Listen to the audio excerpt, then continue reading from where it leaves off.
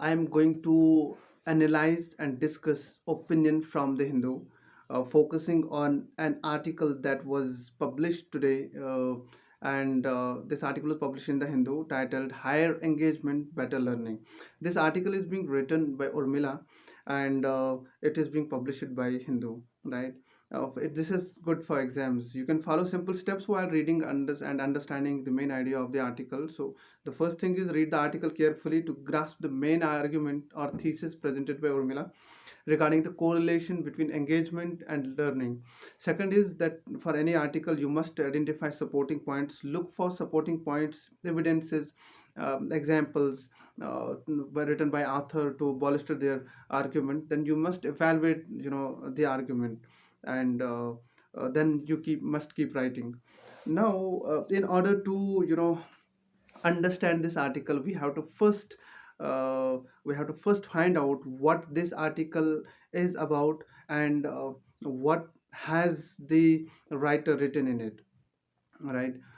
She puts it as the annual states of education report 2023 states that more than 86.8% individuals in the age group of 14 to 18 are enrolled in educational institutions, but one fourth of them cannot read a class 2 level texts fluently in their regional language, right?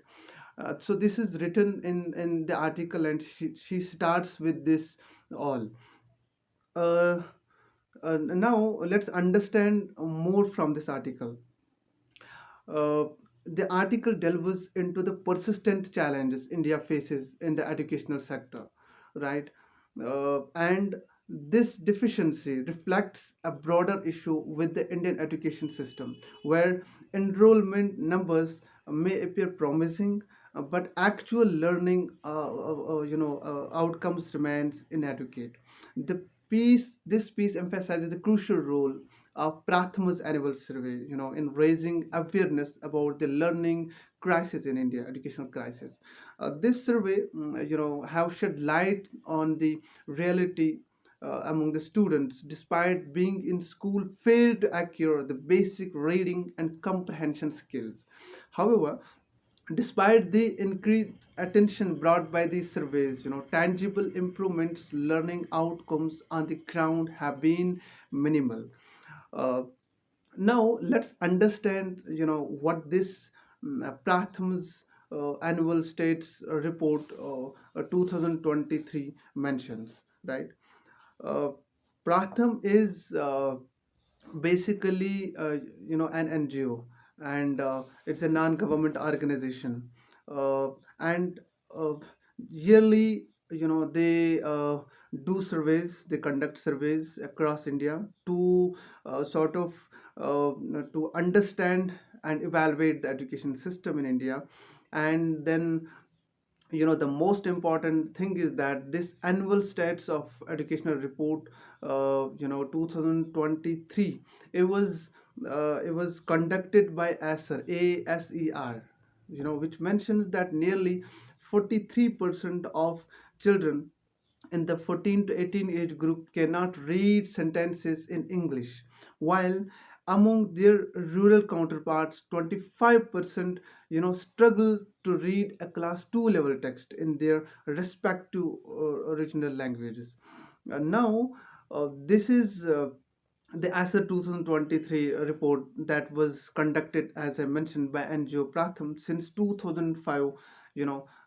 They track trends in school and enrollments, attendance, and academic abilities of children aged 14 to 18. So this report is instrumental in shaping the policies, and there are some survey details like ASER 2023 covered 28 districts in 26 states. They have surveyed 34,745 youths aged 14 to 18, and they assessed on the basic reading, math, English abilities, application of basic skills to calculate, the reading and understanding of different instructions. So the key findings of this report was that 26.5% could not read a class 2 level textbook in their regional language.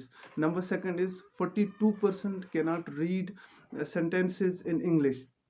Of those reading sentences, 26.5% did not understand the meaning.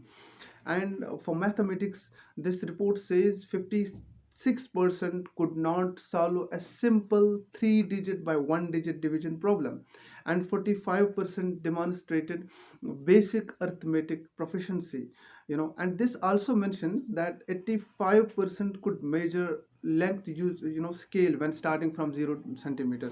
So this is basically an annual statistic report, and that is the reason I have asked it in my first debrief, that what role do teachers play in the inculcation of values among children. Why is the current education system struggling to impart inclusive, holistic education that imparts confidence and curiosity among students? Now, there is some learning different, and its various aspects are there. Number one is that if you see the attendance, public school attendance remains low, resulting in the learning, inadequate learning despite enrollment. This lack of engagement in schools diminishes their perceived value among both students and parents.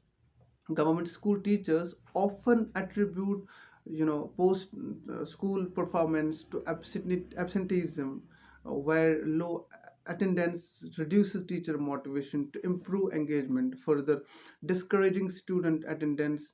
Resembles a chicken and egg dilemma. So then there is also the article which mentions that it rather underscores the urgency of the addressing such challenges, these systematic challenges, to ensure all students, regardless of backgrounds or circumstances, have access of quality education.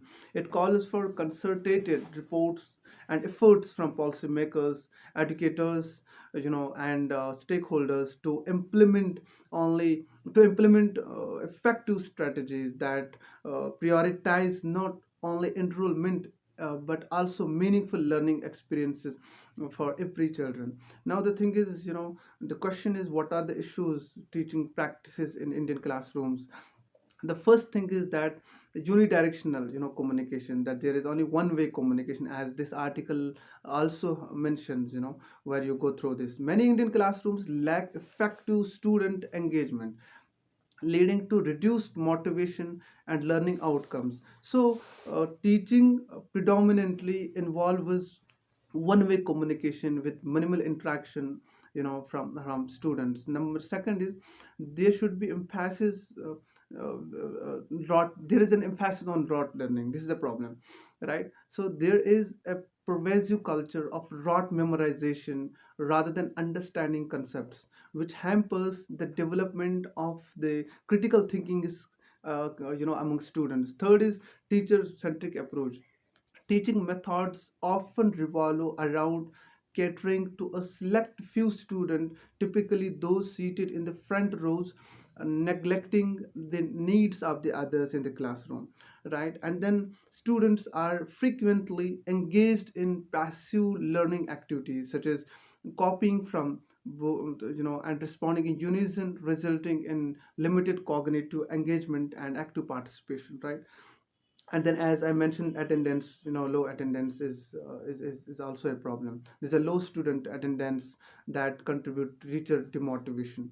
Now, what this article gives a message is that student engagement is the key to driving better learning, but this is missing from many classrooms. Structure lessons, high quality teacher student relations, and student autonomy, that is allowing students choices in the classroom, resulting in higher engagement and better learning outcomes. Simple changes in classroom techniques can positively impact the learning and In India, we sort of have spent a few years discussing the right to education, but this is a good time to shift the focus to the right to learning. And reading every asset report will only lead to more disappointments, right? Thank you so much.